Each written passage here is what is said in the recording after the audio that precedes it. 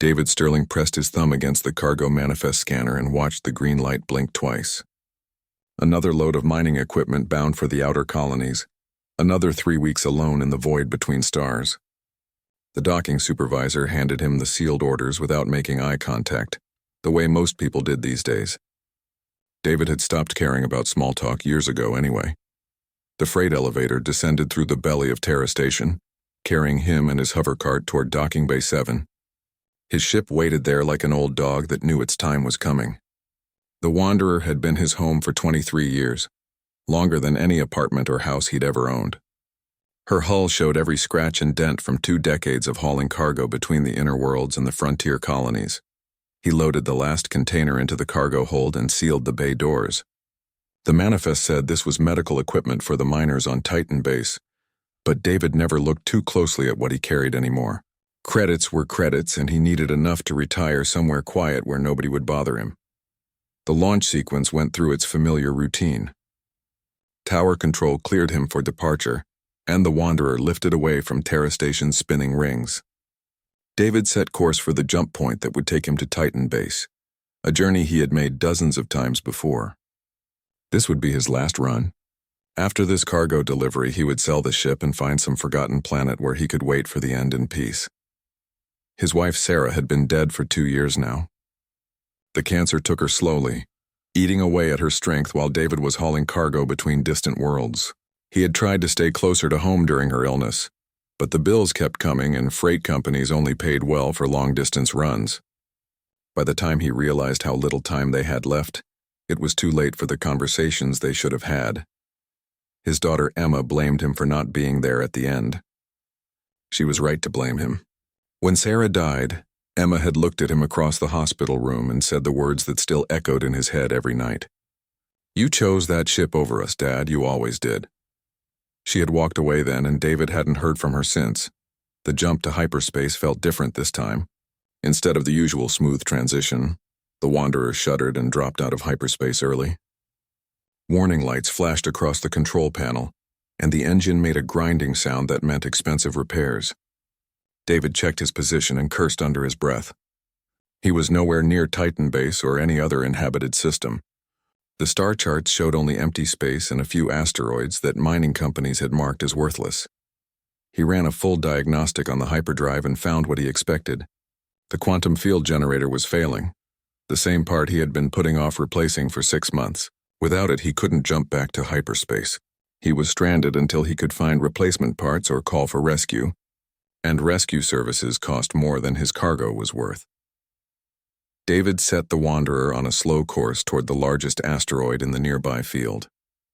Maybe he could find enough raw materials to jury-rig a temporary repair.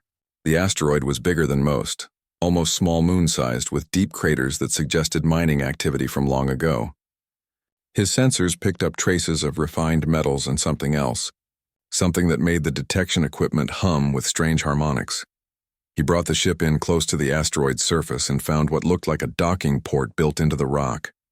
It was definitely artificial, but not human. The design was too organic, too flowing, like someone had grown the structure instead of building it. David had seen alien ruins before on some of the frontier worlds, but this looked different. This looked recent. The docking port accepted the Wanderer's coupling systems without any trouble, as if it had been designed to work with human ships. That should have worried him, but David was too tired to care about potential dangers anymore. He sealed his environmental suit and cycled through the airlock into whatever lay waiting inside the asteroid.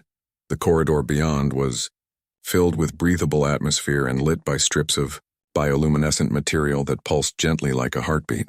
The walls were the same organic flowing design as the docking port, smooth and warm to the touch. David followed the corridor deeper into the asteroid, his footsteps echoing in the strange quiet. The corridor opened into a vast chamber filled with transparent pods arranged in neat rows. Each pod was connected to a central power system by cables that looked more grown than manufactured. Most of the pods were dark and empty, but a few still glowed with soft inner light. David approached the nearest active pod and found himself looking at something he had never seen before. The creature inside was roughly humanoid but covered in scales that shifted color in the pod's light. It had a long neck and a face that was almost reptilian, with closed eyes and what might have been small wings folded against its back. The pod's status display showed symbols that meant nothing to David, but the rhythm of the light suggested the creature was alive and dreaming. He moved from pod to pod, finding similar creatures in various stages of what looked like suspended animation. Some pods showed signs of damage, their occupants long dead. Others flickered with failing power systems.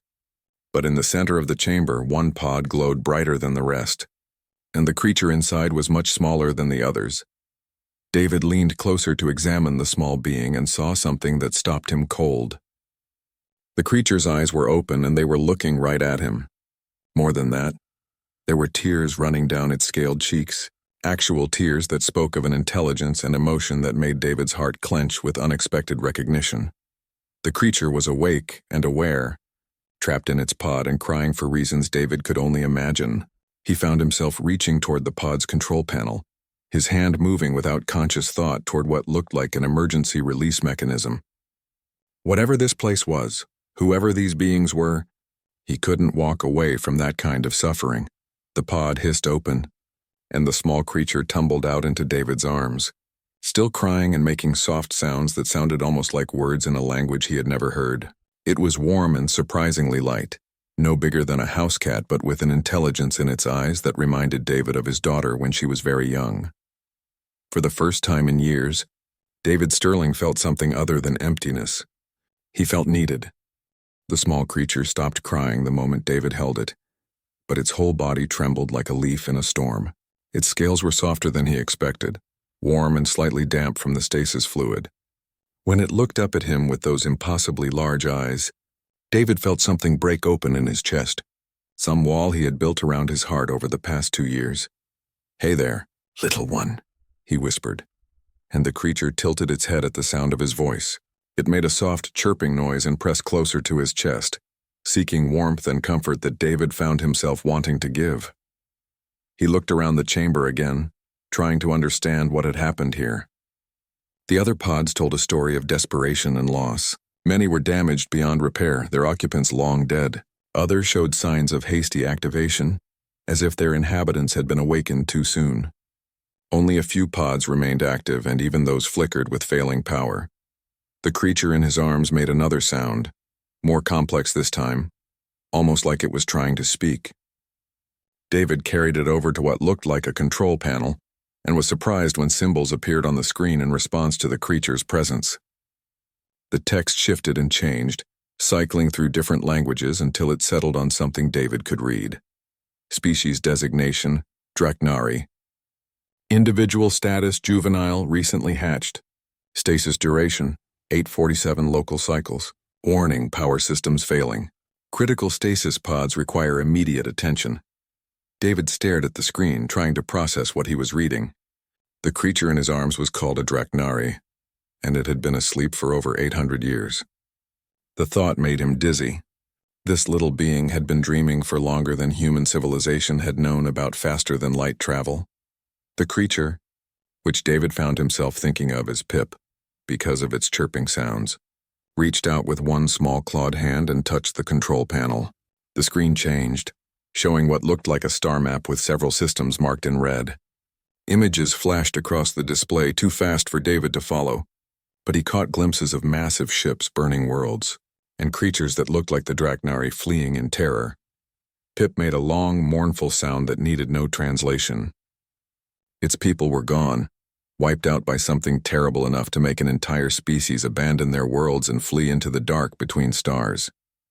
David found himself stroking the creature's head, the same gentle motion he had used to comfort Emma when she had nightmares as a child. "I'm sorry," he said softly. "I'm so sorry you're alone." Pip looked up at him and made another series of sounds. This time David could swear he heard something like words in the chirping and trilling. The control panel responded again, bringing up what looked like a communication interface. Slowly, haltingly, words appeared on the screen. "Thank you for freeing me from the long sleep. My name translates to something like small hope in your language. You may call me as you wish." David blinked at the screen. The creature was telepathic, somehow translating its thoughts into human language through the alien technology. He looked down at Pip with new respect. "You're a lot smarter than you look, aren't you?" Pip made what sounded almost like laughter. My people called me Kithiara, but your word Pip feels warm in my mind. I like it. You are David Sterling, hauler of goods between the human worlds. Your sadness tastes like mine. The casual way Pip read his thoughts should have been frightening, but David found it comforting instead. Something finally understood the weight he had been carrying. You can feel what I'm feeling. All Draknari can sense the quantum resonance of living minds. Your grief is old and deep. You blame yourself for losses that were not entirely your choosing. We are alike in this way. David sat down heavily on the floor, still holding Pip. Around them, the chamber hummed with failing power systems and the weight of ancient tragedy. What happened to your people? The images on the screen. Pip's scales darkened, shifting from iridescent blue-green to deep purple. The harvesters came to our worlds like a plague of metal and hunger. They consume all organic life to fuel their expansion across the galaxy. My people fought them for 1,000 years, but we could not stop them everywhere. The elders decided to hide the youngest of us in places like this, hoping we would survive to rebuild one day. How long ago did this happen? Pip closed its eyes, and the control panel showed a countdown that made David's heart sink. The attack began 847 years ago by your measure. I have been the last one awake in this facility for 200 years, watching the others die as their pods failed one by one. I was beginning to lose hope when you found me. David looked around at the dozens of dark pods, each one representing a life lost to the slow failure of technology. Are there other places like this? Other survivors? I do not know. The elders scattered hiding places across many systems, but I cannot sense any of my people in nearby space. If others survive, they are very far away or very well hidden. The chamber suddenly filled with a low, thrumming sound that made the walls vibrate. Warning lights flashed on the control panel, and Pip went rigid in David's arms. The little creature's scales turned pale, almost white with fear. Harvesters, Pip whispered in David's mind. They have found this place. We must flee immediately. David felt his blood turn to ice water. Whatever had destroyed an entire civilization was coming for them now. He clutched Pip closer and ran for the docking port, the creature's claws gripping his shirt as they moved. Behind them, the chamber's lights began to fail, and David could hear the sound of metal tearing as something large began forcing its way through the asteroid's outer defenses. They reached the Wanderer, just as the first harvester probe entered the chamber. David caught a glimpse of it through the closing airlock, a spider-like thing made of black metal and glowing red sensors.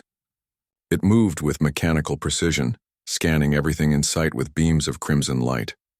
David threw himself into the pilot's seat and began the emergency undocking sequence. The Wanderer pulled away from the asteroid just as more probes swarmed into the ancient hiding place. Through the rear cameras, David watched them methodically destroy every remaining stasis pod, erasing the last traces of the Draknari civilization with cold efficiency. Pip pressed against his shoulder, its small body shaking with grief and terror. My people's final rest is broken, it said. The harvesters will know that one of us escaped. They will hunt us now until we are dead. David looked at the creature clinging to him, this small being that had lost everything and was now depending on him for survival. For the first time in 2 years, he felt something other than despair. He felt angry, protective, and strangely alive. Then we better make sure they never catch us, he said, and pushed the Wanderer's engines to maximum burn as the first harvester ship emerged from hyperspace behind them. The harvester ship looked like death itself, carved from black metal and malice. It emerged from hyperspace with smooth, predatory grace, its hull bristling with weapon systems that David had never seen before. The thing was easily 10 times the size of the Wanderer, and it moved through space with the confidence of an apex predator that had never known defeat. Pip huddled against David's chest, its scales flickering between colors as waves of fear washed over the small creature. They cannot sense me directly unless I use my abilities, but their scanners will detect life signs. We must hide somewhere they cannot follow.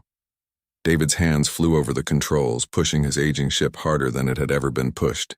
The Wanderer groaned and shuddered under the strain, but she held together through decades of careful maintenance and stubborn human engineering.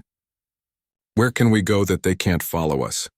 The asteroid field has caves and tunnels from old mining operations. Some are deep enough to mask our energy signature, but we must reach them before they get a weapons lock on us. Red warning lights flashed across David's control panel as the harvester ship began targeting them. He rolled the Wanderer into a desperate dive toward the largest asteroid, using the spinning chunks of rock as cover while the alien ship fired beams of superheated plasma that turned asteroids into glowing slag. "Hold on," David muttered, and threw the ship into a spiraling descent toward a crater that looked deep enough to hide them. Pip's claws dug into his shirt as they plunged into the asteroid's shadow, diving through a maze of rocky outcroppings that would have torn apart a less experienced pilot. They hit the crater floor hard, bouncing once before David managed to get the landing thrusters online. The Wanderer slid sideways into a deep crevice, barely wide enough to accommodate the ship's hull. Above them, the Harvester ship passed overhead like a mechanical storm cloud, its sensors probing the asteroid field with methodical precision. David shut down all non-essential systems, reducing their energy signature to almost nothing. In the sudden quiet, he could hear Pip's rapid breathing and the soft hum of the ship's minimal life support. They waited in the darkness while death searched for them overhead. Pip's voice whispered in his mind, softer now, tinged with exhaustion. "I am sorry for bringing this danger to you. The Harvesters will not stop hunting us now that they know a Draknari still lives. They fear my people because we are the only species that ever successfully resisted their expansion." "What makes your people so dangerous to them?" David asked quietly. The creature shifted in his arms, its scales now a deep, thoughtful blue. "My people can manipulate quantum fields with our minds. We can turn their own weapons against them, disrupt their energy systems, even tear holes in space itself when we work together. The Harvesters conquered the galaxy by consuming everything organic and turning it into raw materials for their war machines. But they could never fully defeat the Draknari, because we could fight them with the fundamental forces of the universe itself." David felt a chill that had nothing to do with the cold asteroid around them. "If your people were that powerful, how did the Harvesters win?" Pip's emotions washed over David like waves of ancient sadness. There were too few of us and too many of them. They had consumed thousands of worlds before we even knew they existed. By the time we understood the threat, they outnumbered us 1,000,000 to 1. Even gods can be overwhelmed by sheer numbers. The Harvester ship made another pass overhead, its sensors sweeping through the asteroid field with mechanical patience. David watched the scanner display as it methodically examined every possible hiding place, moving in a search pattern that would eventually bring it back to their crevice. "How long before they find us here?" "Perhaps an hour, perhaps 2. Their scanners are very thorough." Pip paused, then continued with something that felt like hope. "But I'm not completely helpless, even as young as I am. If you are willing to trust me, I might be able to help us escape." David looked down at the small creature in his arms.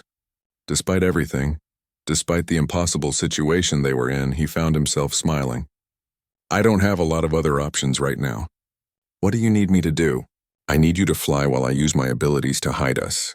"But David," Pip's mental voice became urgent, "you must understand that bonding with a Draknari changes a human permanently. Our quantum field manipulation will affect your neural pathways. You will be able to sense things you never could before. Feel the flow of energy through space itself, but you will also never be quite human again." The warning should have frightened him, but David found himself thinking of Sarah, of Emma, of all the things he had lost through his own failures and bad choices. Maybe being human hadn't worked out so well for him anyway. "Will it hurt?" "Not hurt, but it will feel very strange at first. Your mind will expand to touch the quantum realm that underlies all reality. Some humans cannot handle the change and go mad, but something in your thoughts tells me you are strong enough to survive it." Above them, the Harvester ship was moving closer, its search pattern narrowing as it eliminated possible hiding places. Soon it would reach their crevice, and then there would be nowhere left to run. "Do it," David said. Pip placed one small clawed hand against David's forehead, and suddenly the universe exploded into impossible colors and sensations. David could feel the quantum foam that bubbled beneath the surface of reality, could sense the vibrations of every atom in the asteroid around them. His consciousness expanded beyond his body, touching the vast web of energy that connected all things. The sensation was overwhelming, like trying to drink an ocean through a straw. But somehow David held on to his sense of self. He felt Pip's mind merge partially with his own, lending him strength and showing him how to shape the quantum fields with directed thought and will. Together, they reached out and bent light around the Wanderer, creating a bubble of twisted space-time that made the ship effectively invisible to most forms of detection. The effort left David gasping and dizzy, but when he looked at the scanner display, their ship had vanished from its own sensors. "Can you fly while maintaining the field?" Pip asked. David flexed his fingers on the controls and felt the quantum currents respond to his will. It was like learning to use a new sense, but one that felt strangely natural now that Pip had awakened it in him. "I think so." "Where are we going?" "Away from here. Far from the territories the harvesters have already claimed. But first we must gather information about their current activities. My genetic memories contain knowledge of their old patterns, but they may have changed their tactics in the centuries since my people fell." David fired up the Wanderer's engines and lifted them slowly out of the crevice. The harvester ship passed directly overhead, its sensors sweeping through empty space where they should have been. David held his breath as they rose through the asteroid field, maintaining the quantum stealth field, while his newly expanded senses tracked the alien hunter above them. They were almost clear of the asteroid field when David's enhanced perception picked up something that made his blood freeze. The harvester ship wasn't alone. A dozen smaller vessels were spreading out through nearby space, setting up what looked like a search perimeter, and in the distance, barely at the edge of his new sensing ability, David could feel the massive quantum signatures of something much larger approaching through hyperspace. Pip sensed it too, its scales going pale with terror. "A harvesting fleet. They are not just hunting us, they are preparing to consume this entire system. And David, their course will take them directly toward the human colonies."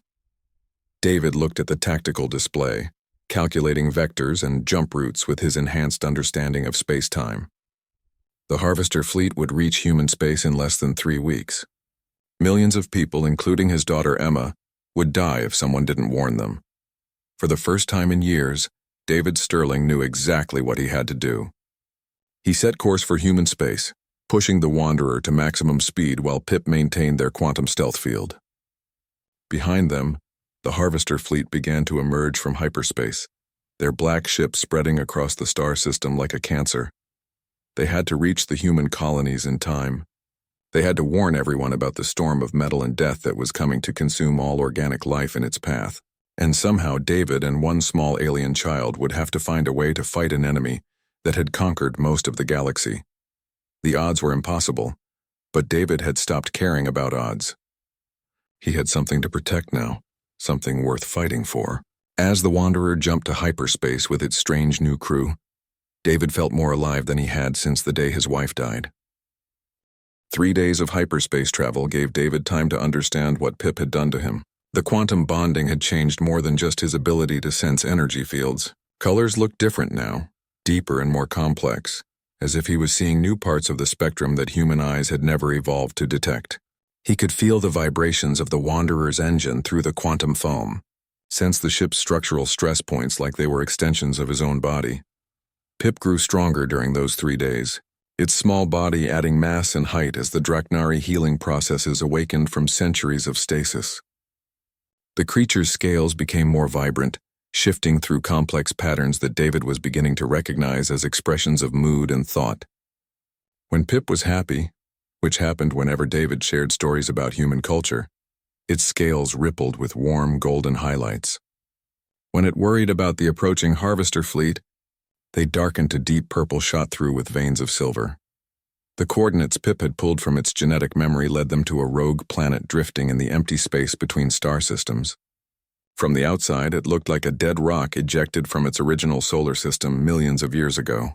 But as they approached, Pip's enhanced senses guided them to hidden structures buried beneath the planet's frozen surface. The entrance was concealed by quantum fields that made it invisible to most forms of detection.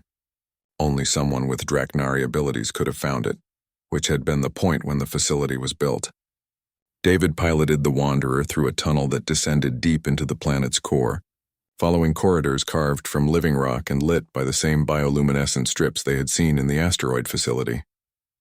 The hidden base was vast, a complex of chambers and workshops that had once housed hundreds of Draknari scientists and engineers. Emergency power systems still functioned after 8 centuries, drawing energy from the planet's molten core to maintain basic life support and data storage. The air was stale but breathable, and the temperature was comfortable despite the frozen wasteland above. Pip led David through corridors, filled with dormant machinery and empty workshops, to a central chamber that hummed with barely contained power. The walls were covered with displays showing star charts, technical diagrams, and what looked like battle plans from the last war against the Harvesters. At the center of the room stood a device that reminded David of a fountain, but instead of water, it projected streams of pure quantum energy that danced and swirled in complex patterns. "This is a memory core," Pip explained, its mental voice filled with reverence. "It contains the collected knowledge of my people, including everything we learned about fighting the Harvesters. With this information, your species might have a chance to survive what is coming." David approached the device cautiously, his enhanced senses picking up the incredible amount of energy flowing through its crystalline structure. "How do I access it?" "You do not," Pip said. "I do. But I will need your help to process and translate the information into forms your people can understand. The bonding between us makes this possible, but it will be difficult for both of us." Pip placed its clawed hands on the memory core, and suddenly the chamber filled with images and data streams that flowed too fast for David to follow. But through their mental connection, he could feel Pip sorting through vast archives of information, searching for anything that might help humanity survive the coming invasion. The process took hours, and David found himself experiencing fragments of Draknari history as Pip sifted through the racial memories of an entire civilization. He saw the first Harvester attacks, the desperate evacuation of entire worlds, the final battles where brave Draknari warriors had died buying time for their people to escape. The weight of all that loss and sacrifice pressed down on him like a physical burden. When Pip finally stepped back from the memory core, the young Draknari had grown again, now almost the size of a large dog and radiating a quiet confidence that hadn't been there before. The process of accessing its racial heritage had accelerated its development, awakening abilities and knowledge that would normally take years to manifest. "I have found what we need," Pip said. "The Harvesters can be defeated, but it requires cooperation between our species. Humans have something my people never possessed, an adaptability and creativity that makes you perfect partners for Draknari quantum manipulation. Together we can turn their own technology against them." David felt a spark of hope, the first real optimism he had experienced since Sarah's death. "What do we need to do?" "First, we must warn your people and convince them to trust us. That will not be easy. Humans have little experience with telepathic species, and many will fear what they do not understand." Pip paused, its scales shifting to worried purple. "Second, we must find and awaken any other Draknari who might have survived in hidden facilities like this one. I am strong for my age, but I cannot face an entire Harvester fleet alone. How many others might be out there? I can sense 3 facilities within range of our current location. One is very faint, possibly damaged or dying. The other 2 feel strong, but they are distant and may take time to reach. We will need to choose carefully which ones to visit before the Harvesters arrive in human space." David studied the star charts that Pip projected from the memory core. The locations of the other facilities formed a rough triangle in space with human colonies at the center. If they moved quickly and efficiently, they might be able to wake a few dozen more Draknari before the invasion began. "What about this one?" David pointed to the closest facility marker on the chart. "It's only 2 days from here. That one concerns me," Pip admitted. "The quantum signature is strange, as if something has gone wrong with the stasis systems. But it may be our only chance to find allies before time runs out." A new alarm began sounding in the chamber, and warning lights flashed around the memory core. Pip's scales went pale as the young Draknari accessed the base's sensor systems with a thought. "Harvester scouts have found this place," Pip reported. "They are breaking through the outer defenses now. We have perhaps 10 minutes before they reach the main complex." David was already running toward the corridor that led back to the Wanderer. Behind them, the sounds of metal tearing and energy weapons grew louder as the Harvester probes worked their way deeper into the base. They reached the ship just as the first mechanical hunters entered the far end of the docking bay. The creatures looked like mechanical spiders made of black metal and red sensors, but they moved with a fluid grace that spoke of alien intelligence rather than simple programming.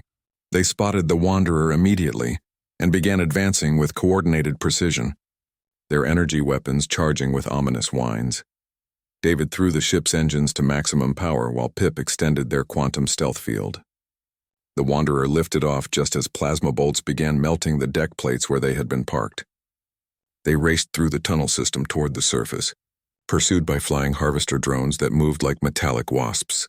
Through the ancient corridors, they broke through to open space as the hidden base below them exploded, in a chain reaction of failing power systems and self-destruct mechanisms.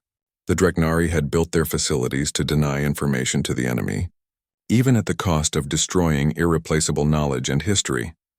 As they jumped to hyperspace, David caught a glimpse of massive harvester ships arriving to investigate the explosion. The enemy was getting closer, their search net tightening around the scattered survivors of two civilizations. Time was running out faster than he had hoped, but David no longer felt like the broken man who had started this journey. Pip's presence in his mind, the quantum awareness that let him feel the fundamental forces of the universe, and the knowledge that he was fighting for something larger than himself, had given him a purpose he had thought lost forever. In the hyperspace tunnel between stars, he began composing the message he would send to his daughter Emma when they reached human space. It would be the most important conversation of his life, and possibly the last chance to save the species that had raised him and the species that had adopted him as family. Terra Station looked different through David's quantum-enhanced senses. The massive orbital facility that had once seemed like humanity's greatest achievement now felt fragile and exposed, a collection of metal shells spinning helplessly in the void. He could sense the life signs of millions of people going about their daily routines, unaware that death was racing toward them through hyperspace. The station's traffic control challenged the Wanderer's approach, but David transmitted his old hauler's license and cargo manifest like nothing had changed. To them, he was still just another freight captain returning from a routine run to the outer colonies. They had no idea he was bringing the most important passenger in human history. Pip had grown again during their journey to human space, now almost the size of a human teenager, but with wings that could carry it short distances through the air. The young Draknari's scales had settled into a pattern of deep blue with silver highlights that spoke of determination and carefully controlled fear. It understood the weight of what they were about to attempt. David requested docking at a civilian port rather than the main commercial terminals. He needed to contact Emma without drawing attention from station security or government agencies that might try to classify their information as state secrets.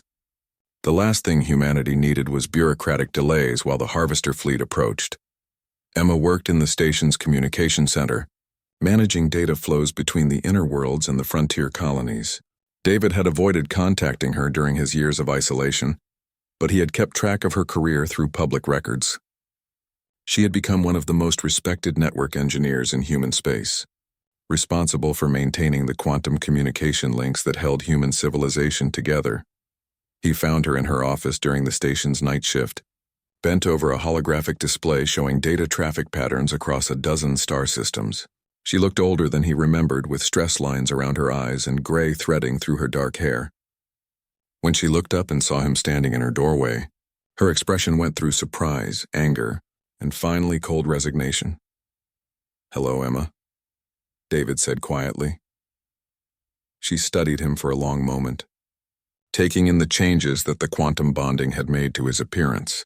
His eyes now held flecks of the same deep blue as Pip's scales, and there was something different about the way he moved, as if he was more aware of the space around him than normal humans. "You look different, Dad," she said finally. "What happened to you out there?" Instead of answering directly, David stepped aside to let Pip enter the office. Emma's eyes went wide as she took in the young Draknari's alien features, the intelligent gaze, and the impossible reality of first contact with another sapient species. "My name is Pip," the Draknari said, its mental voice gentle but clear in Emma's mind.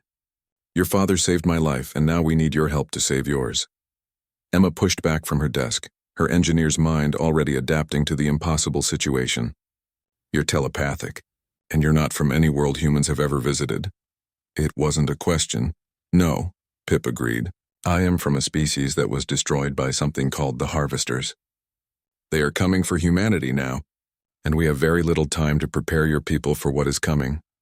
David watched his daughter process the information with the same analytical approach she used for complex technical problems. Emma had always been brilliant, but now he could see the strength and competence she had developed during the years he had been absent from her life. "Show me the evidence," Emma said.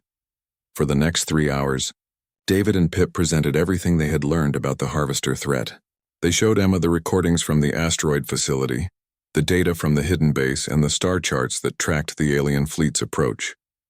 Most convincingly, they demonstrated the quantum bonding between human and Draknari consciousness, letting Emma feel for herself the expanded awareness that came from touching the fundamental forces of reality. Emma sat quietly for several minutes after they finished, her analytical mind weighing evidence and possibilities. Finally, she looked up at her father with an expression he remembered from her childhood, the look she got when she was about to tackle an impossible problem. If this is real, and I believe it is, then we need to contact Admiral Foster immediately. She commands the Colonial Defense Fleet, and she's one of the few military leaders who might listen to something this extraordinary without dismissing it as fantasy. David felt a surge of pride in his daughter's quick thinking and decisive action. The years had made her into exactly the kind of person humanity would need in the crisis. Ahead, Admiral Foster was a compact woman in her 60s, who had spent most of her career fighting pirates and separatists in the outer colonies. She listened to their presentation with the skeptical attention of someone who had seen enough strange things in frontier space to keep an open mind about new possibilities. "Assuming this is all true," Foster said after reviewing their evidence, "what exactly are you proposing we do about it?" "The Colonial Fleet has maybe 200 ships, most of them patrol vessels and cargo escorts. If these harvesters destroyed an entire galactic civilization, what chance do we have against them?" Pip's scales brightened with hope as it responded.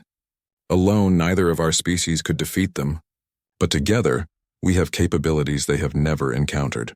Human creativity and adaptability combined with Draknari quantum manipulation creates possibilities that neither species possessed separately." "You're talking about some kind of biological merger," Foster said. "How many of your people are still alive to participate in this alliance?" That was the question David had been dreading. "We know of maybe 3 dozen survivors in stasis facilities scattered across this region of space. Even if we could reach and revive all of them in time, it wouldn't be enough for a traditional military campaign." Emma leaned forward, her engineer's mind working on the tactical problem. "But it might be enough for something else. If these quantum abilities can disrupt harvester technology, could a small number of bonded pairs disable their larger ships?" Pip's mental voice carried excitement and possibility. "Yes, the harvesters depend on massive automated systems to coordinate their fleets. If we could infiltrate their command vessels and turn their own weapons against them, we might be able to create enough chaos to drive them away from human space." Admiral Foster studied the tactical projections that Pip generated from Draknari military doctrine. "This would require volunteers willing to undergo permanent biological changes, with no guarantee of survival. And we'd be asking them to fly suicide missions against technology we barely understand." "I'll volunteer," Emma said immediately. David felt his heart clench with fear and pride. "Emma, no. This is too dangerous." She looked at him with the same stubborn determination she had shown as a child. "Dad, you already proved this works, and I'm one of the best network specialists in human space. If we're going to hack alien computer systems, you need someone who understands information warfare." Over the next week, they worked frantically to prepare for the harvester arrival. Admiral Foster put out carefully worded requests for volunteers with specific technical skills and psychological profiles. The response was overwhelming. Hundreds of pilots, engineers, and scientists stepped forward, willing to risk everything for the chance to protect their species. Meanwhile, David and Pip took the Wanderer to one of the distant Draknari facilities they had detected. They returned with 12 more survivors, young Draknari who had awakened to find their civilization dead and their future uncertain. Each one carried the genetic memories of their people, and the desperate hope that humanity might succeed where the Draknari had failed. The bonding ceremonies took place in a converted medical facility on Terra Station. David watched as brave humans allowed alien minds to merge with theirs, expanding their consciousness to touch the quantum realm that underlay all reality. Not everyone survived the process. 3 volunteers died when their minds couldn't adapt to the expanded awareness, and 2 more suffered psychological breaks that left them in catatonic states. But those who succeeded became something new, neither fully human nor Draknari, but a hybrid consciousness capable of feats that amazed even the ancient survivors. Emma bonded with a young Draknari named Kithara and emerged from the process with silver highlights in her hair and eyes that blazed with quantum fire. The Harvester fleet arrived at the edge of human space, exactly when Pip's calculations had predicted. They came in overwhelming numbers, thousands of ships that blocked out the stars with their dark bulk. Their first targets were the outer colonies, defenseless mining worlds that couldn't evacuate in time. As reports of the attacks flooded the communication networks, David felt the weight of destiny settling on his shoulders. Everything they had worked for, all the sacrifice and preparation would be tested in the battles ahead. But for the first time in years, he wasn't facing the future alone. Pip stood beside him on the Wanderer's bridge, now fully grown into a magnificent creature whose scales gleamed with inner fire. Emma and her Draknari partner prepared their infiltration ship in the hangar below. Around Terra Station, the combined human Draknari fleet made ready for a war unlike anything either species had ever fought. The impossible had become necessary, and David Sterling found himself at the center of humanity's greatest gamble. The Battle of New Haven began at dawn, though dawn had little meaning in the void between worlds where two civilizations met in desperate combat. The Harvester fleet emerged from hyperspace like a plague of mechanical locusts, their dark ships spreading across the star, system and formations that spoke of countless conquered worlds and perfected tactics of destruction. David watched from the Wanderer's bridge as Admiral Foster's colonial fleet moved to intercept them. 200 human ships against over 3,000 Harvester vessels. By any reasonable calculation, it should have been a massacre that ended in minutes. But the human ships weren't fighting alone anymore. Pip stood beside David, its adult form magnificent and terrible, scales blazing with patterns of power that hurt to look at directly. Through their quantum bond, David could feel the young Draknari reaching out to its awakened siblings scattered throughout the human fleet. Together, they began to weave fields of twisted spacetime around the colonial ships, bending light and energy in ways that made them impossible to target accurately. The first Harvester salvo passed harmlessly through empty space, where the human fleet appeared to be. The second struck phantom images that dissolved into quantum foam the moment the energy beams touched them. By the third volley, the Harvester targeting systems were chasing shadows while the real human ships struck from unexpected angles with weapons, enhanced by Draknari power. Emma's voice crackled over the communication system from her infiltration vessel. "Dad, we're beginning our approach on the Harvester command ship. Terra says she can feel the central control matrix from here. It's massive but vulnerable to quantum disruption." David felt pride and terror warring in his chest as he watched his daughter's ship, cloaked in Draknari stealth fields, slip through the Harvester defensive perimeter. The enemy command vessel was a nightmare of black metal and glowing conduits, 10 kilometers long and bristling with enough firepower to sterilize planets. But it had never faced opponents who could turn its own systems against it. The human fleet pressed their attack, using hit-and-run tactics that the Harvesters couldn't counter effectively. Every time the alien ships tried to target a human vessel, Draknari quantum manipulation would bend space around it, making accurate fire impossible. Meanwhile, human creativity found new ways to use the enhanced capabilities their alien partners provided. Captain Rodriguez on the destroyer, Defiant used his Draknari partner's abilities to create quantum tunnels that allowed his missiles to appear inside enemy ships without passing through their shields. Commander Singh on the cruiser, Vigilant learned to stretch spacetime itself, making her ship appear to be in multiple locations, simultaneously while striking from impossible angles. But the battle's true turning point came when Emma and Terra reached the Harvester command vessel's central core. The massive ship's interior was a maze of organic-looking conduits and processing centers, all tended by mechanical drones that moved with insect-like precision. Emma's skills as a network engineer, enhanced by her Draknari partner's quantum abilities, let them navigate the alien computer systems like explorers in a digital landscape. "We're in," Emma reported. "This is incredible, Dad. Their whole fleet operates like a single networked organism. If we can disrupt the central processing core, every ship in the fleet will lose coordination." David held his breath as his daughter worked her way deeper into the enemy system. Around them, the battle raged with increasing desperation as more Harvester reinforcements arrived through hyperspace. The human fleet was holding its own, but they couldn't keep fighting forever against such overwhelming numbers. Then Emma's voice came through the communication system again, triumphant and amazed.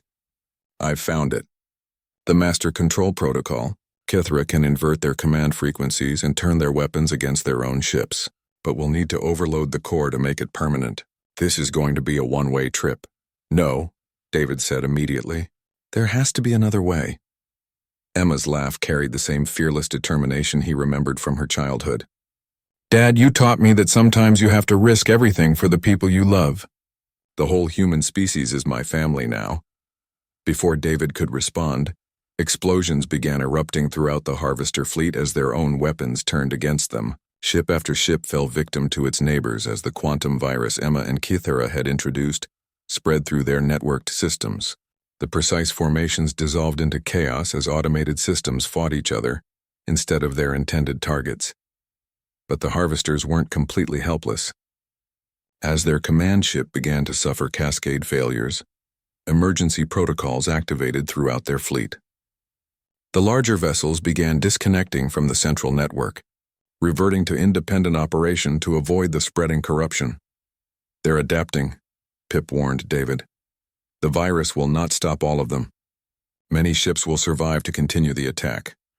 David looked at the tactical display and saw the truth in Pip's words. Perhaps half the Harvester fleet was dead or dying, but that still left over 1,500 ships capable of destroying human civilization. The colonial fleet, battered and exhausted, couldn't hope to stop so many enemies. That was when the impossible happened. New contacts appeared on the long-range sensors, ships emerging from hyperspace in formations that made David's quantum-enhanced senses sing with recognition. Draknari vessels, sleek and organic-looking, their hulls gleaming with the same patterns of power that covered Pip's scales. "The awakening calls have been answered," Pip said, its mental voice filled with wonder. "The other facilities, the distant sleepers, they have heard our battle song and come to help." The new arrivals weren't numerous, perhaps 50 ships compared to the thousands in the Harvester fleet. But each Draknari vessel fought with the fury of a species that had waited 8 centuries for the chance to strike back at their destroyers. They moved through space like living creatures, their quantum-enhanced hulls shifting and flowing to avoid enemy fire, while their weapons tore holes in reality itself. Working together, the human and Draknari fleets began to turn the tide of battle. Human adaptability and courage combined with Draknari power and ancient knowledge created tactics that neither species could have developed alone. Ships that should have been destroyed survived impossible odds, while enemy vessels found their own weapons turned against them by quantum fields they couldn't understand or counter. The battle's final phase came when David realized what needed to be done. The Harvester fleet was beginning to retreat, preparing to jump to hyperspace and regroup for another attack. If they escaped, they would return with different tactics and better defenses against quantum manipulation. "Pip," David said quietly, "can you do what Emma did, but on a larger scale? Can you disrupt their entire fleet's ability to jump to hyperspace?" The Draknari's scales flickered with patterns of deep thought and growing determination. "Yes, but it would require me to channel more power than any individual has ever attempted. The quantum backlash could destroy both of us." David looked around the bridge of the Wanderer, the ship that had been his home for over 20 years. He thought of Sarah, who had died while he was hauling cargo between distant worlds. He thought of Emma, probably dying in the heart of an enemy ship to save strangers she had never met. He thought of all the people on Terra Station and the colony worlds who were depending on choices made by Broken, cargo hauler, and an alien child. "Do it," he said. Pip extended its consciousness through the quantum realm, reaching out to touch every Harvester ship in the fleet simultaneously. The effort was enormous, requiring the Draknari to channel enough energy to power a small sun. David felt the strain through their bond, the terrible pressure of forces that could tear apart the fabric of space itself. Together, they reached into the hyperspace generators of 1,500 enemy ships and twisted the quantum fields that made faster-than-light travel possible. One by one, the Harvester vessels found themselves trapped in normal space, their escape routes severed by power they had never learned to understand or control. The remaining human and Draknari ships pressed their attack with renewed fury, knowing this was their only chance to end the threat permanently. Within hours, the last Harvester vessel was either destroyed or disabled, their great fleet reduced to scrap metal drifting in the void. David collapsed as the quantum backlash hit him, his consciousness scattered across multiple dimensions of reality. But Pip was there, holding him together with gentle strength, guiding him back to his own body and his own sense of self. When he finally opened his eyes, Emma was bending over him, her face streaked with tears of relief and joy. Somehow she had survived the destruction of the command ship, rescued by Draknari vessels that had arrived just in time. "Is it over?" David asked weakly. "It's over," Emma confirmed. "The Harvester threat is ended. The galaxy is safe." In the weeks that followed, as human and Draknari engineers worked together to study the captured enemy technology, David found himself appointed as the first ambassador between the two species. It was a position he had never wanted and wasn't sure he deserved. But Pip insisted that no one else understood both species well enough to represent their interests fairly. The quantum bonding that had saved both civilizations became the foundation for AN